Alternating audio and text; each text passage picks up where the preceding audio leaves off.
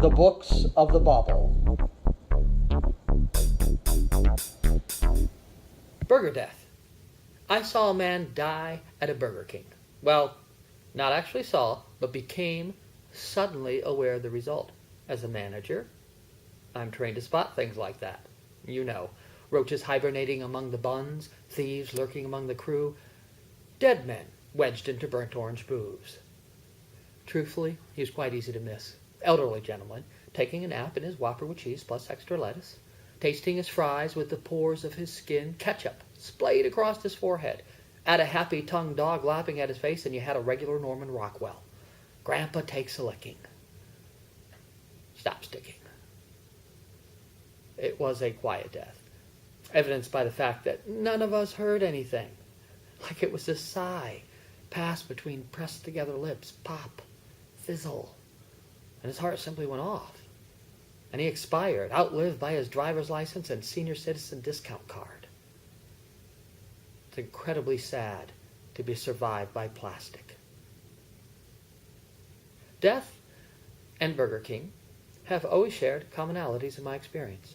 It was Lisa, my best friend, the first summer I ever worked at a Burger King, who dreamt up the term burger death, which we both chuckled over, while crunched into a Michigan money teller machine, swimming in the smoky commas from our bowl, timing our break by how much we consumed and the concreteness of our coughing.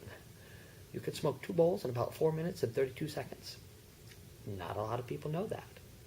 Anyway, burger death was Lisa's catchphrase for the lifers. You know, those people who would always work at Burger King, who would become accustomed to fried food smells, eventually getting used to burnt forearms and fingers, finally even being comforted by their red polyester uniforms, their lives becoming the slow and quiet burger death. Nothing like us, 2 college crazies desiring something better to do with the summer than sweat. Who'd have guessed we'd end up at a Burger King with a broken down air conditioner, learning the finer points of secretion, trying desperately not to drip into the Whoppers, but knowing it was hopeless, and figuring, what the hell. Beads of sweat look a lot like balls of grease. And so that summer, Lisa and I sweat. A lot. Got high even more and picked the sesame seeds out of our clothes and other places. As Lisa would say, they get everywhere. Her eyes would ripple. I mean everywhere. And in that time and that place, which now seems so unlikely, we mastered the 15-second cheeseburger. Bun, patty, pickle, ketchup, mustard, wrap, nuke, bing! I can think of worse ways to live a summer. I always thought there were few jobs worse than working at a Burger King. Being a pooper scooper for Ringling Brothers or a bedpan flunky were about the only 2 I could think of. Well, basically any job dealing with feces. Not to say that there ain't a lot of shit at Burger King, but like participants in life, we muddle through, hoping that we won't come out smelling too bad. A pipe dream if I ever heard one, Lisa would always say, ironically handing me the bowl, and she was right. We smelled, or rather, our clothing smelled. I have to believe in the back of my cynical little mind that somewhere, anywhere, there's a sandstone building in the middle of the desert surrounded by German shepherds without testicles and barbed wire, and that in this building are a dozen or so bespectacled bent men with male pattern baldness squinting into microscopes, devising formulas, all in a desperate attempt to increase the smell retention of Burger King clothing. I have to believe that. Why else would strange felines nip at my pant cuffs? Unknown hounds hump my leg every time I walk into a room donning my red polyester garb. In the streets, little children pause in their small footsteps and look up at me as if I were Sammy Davis Jr., fully believing that I can make their whole world taste good. Once this homeless man stopped me and asked for a Big Mac. I politely informed him that Burger King is home of the Whopper. So he asked for a Whopper. I fished a few fries out of my pocket. It was all I had. He accepted the gift, like rolled money. You get used to it. Lisa and I, better than most, we had our pipe dreams. It was the end of the summer. The last summer, I had to believe I would ever work at a Burger King when Lisa pinned me between the specialty sandwich station and shake machine. What's the worst way to die at a Burger King? Getting your hand caught in the broiler and being dragged through, shaking her frame. Sticking your head in the fryer and having it boil off. Not even close. And then she smiled. And catching on, I smiled. And then we both just said it, in tones usually reserved for hospitals or church pews. What's the worst way to die at a Burger King? Old age. The end of the summer clearly marked the beginning of our insanity. Craziness is funny, and that everyone deals with it differently. Lisa straddled hers, put on her spurs, and gave it a swift kick in the ass just to see where it would take her. It took her into the hands of a man named Rod. The similarity of his name to a penis did not escape me. And I don't think it got past Lisa either. I'm not sure if it was his name or the fact that he dragged her to Boise, Idaho that pissed her off the most, but in a state of pistivity she was. She took out her corresponding anger by sleeping with Rod's boss. But Lisa was never one to settle for mere infidelity. She made it her mission to seek out the lowest scum of Boise, Idaho, a mission I imagined would lead her to discover unruly farmhands who sodomized pigs on the weekend. But Lisa was serious this time. Who'd have guessed? Lisa. Serious. What happens next? Seems too usual for the world, but it's what happened. It's real. Lisa became addicted to drugs. Yeah, even in Boise. Or maybe because of. Either way, it becomes an overtold story of needles and heated spoons.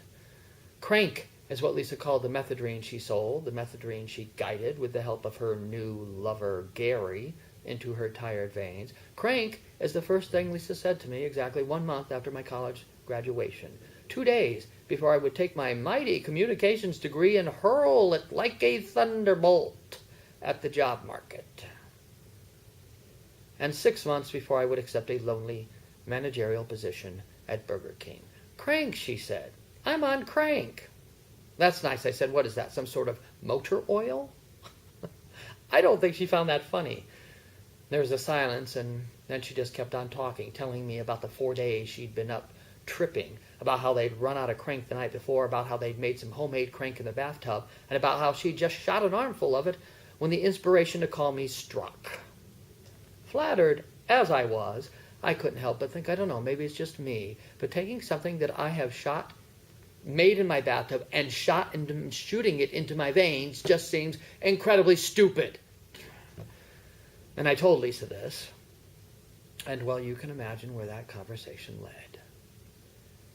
And I was left in a funk, angry at Lisa for giving in, for giving up, angry at Lisa for changing, angry just because I wanted to be. I was in that exact same mood about 3 months later when Lisa called, angry at employees who had to be told when scheduled at 4, that means 4, not 4:45. Angry at customers who wanted Whoppers without meat. Angry because I'd already taken the trash out that day and I wouldn't be able to smoke another bowl to the end of my shift. Hearing Lisa's voice lightened my mood a little. I told her about the old man who died the week before in my restaurant. She thought it was neat. She told me about all the money her and Gary were raking in, about all the weight she'd lost, about her plans to market a methadone diet plan. I told her Hollywood already had the patent. She laughed. It was nice, but it was distant. I don't know. To me, she seemed a lot farther away than the actual miles between us. She seemed to be someplace that Ma Bell doesn't go. A place that even mailmen fear to tread. I don't need to say this ending. You've already heard it. It's already been told. Yes, there's a phone call. You can all hear it ringing. You can all see me in my tiny Burger King office, filing hourly sales reports referring to label charts. You can all watch me answer the phone. Thank you for calling Burger King. How may I help you? You can all hear the voice on the other end. You can all listen to the same old story. Lisa M. was found dead. a needle with traces of insulin next to her body. Her boyfriend says that she had him shoot her up with the insulin knowing it would kill her because she was mad at him. The police don't buy it, but you think it's probably true. And you think how like Lisa, how utterly, remarkably like Lisa. I am mad at you, so I'll make you kill me. Ha ha. And you see me in my tiny Burger King office, and you see me crying, and you see my employees in their paper hats pausing at their tasks, pointing to the office with fry tongs and oven mitts, and I'm still in there, and I'm still crying. But inside, I am angry.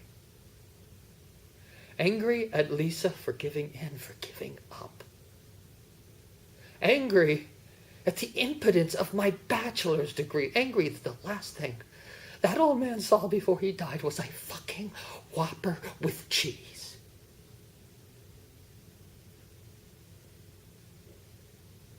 And that's when you will see me leave my office. You will see me walk down the hallway, past the lockers, past the cola hookups, and you will see me enter the freezer, and that's where I will stay. For an hour, maybe longer, because right now, it feels like the only place I can breathe.